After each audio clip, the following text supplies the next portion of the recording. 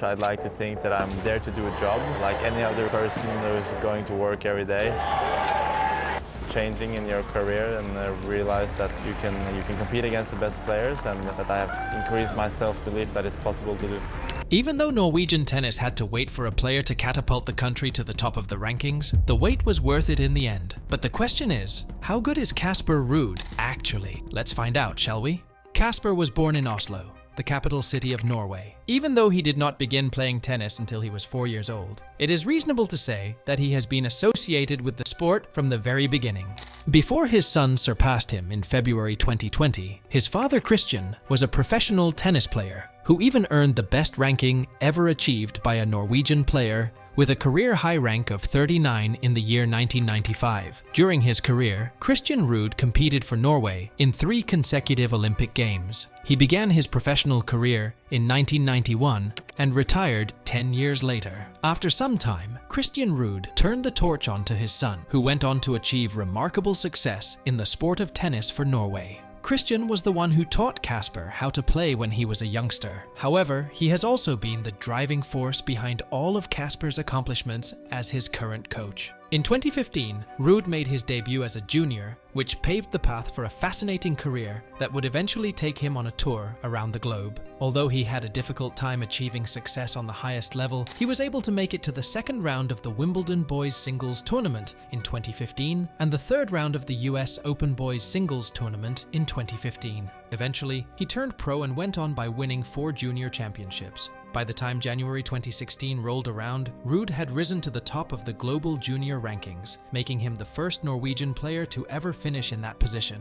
In the latter part of the same year, Ruud achieved a victory in Sevilla, which made him the 6th youngest player in the history of the ATP Challenger Tour to ever win. In 2017, Ruud made significant strides in his performance on the ATP World Tour, performing well on clay as he made it to the semifinals of the ATP 500 Rio Open. Casper continued to look for methods to improve when he began training at the Rafael Nadal Academy, which is named after Rafael Nadal, the tennis player who was his boyhood hero. In that period of his career, he pretty much flew under the radar for a couple of years until he established himself in the top 100 in early 2019. He finished the year strong, ranked 54th in the world without winning a tournament yet. His first victory came in early 2020 when he won the Argentina Open. This was, you guessed it, the first time a Norwegian player had ever won an ATP Tour title. Now he was hooked. Back on clay, his best surface, Casper went on a winning streak where he won 3 tournaments in a row with ATP 250 event victories in Bastad Gstad and Kitzbühel in July 2021. Casper Ruud!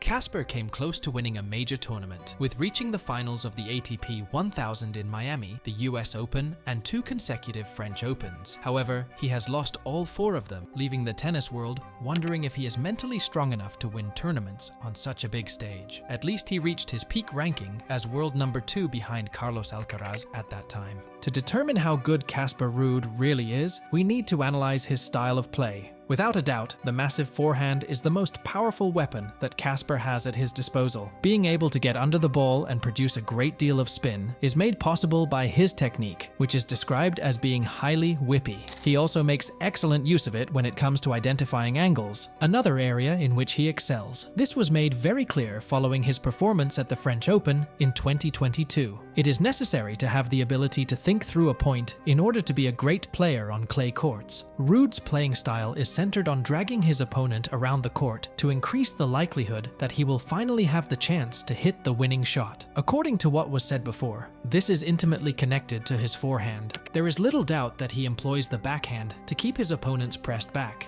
However, if you really observe him, you will see that he is always searching for the forehand. Even if it takes him more than 20 shots to locate the ball that he is looking for, he will continue to work hard until he finds it. In spite of the fact that he is not the tallest player on tour, his serve emphasizes consistency and precision over power, setting up his aggressive baseline play. Casper has the potential to go deep into future tournaments, especially on clay courts, but he might never win a major tournament. He's a super nice guy on and off the court and popular among his opponents.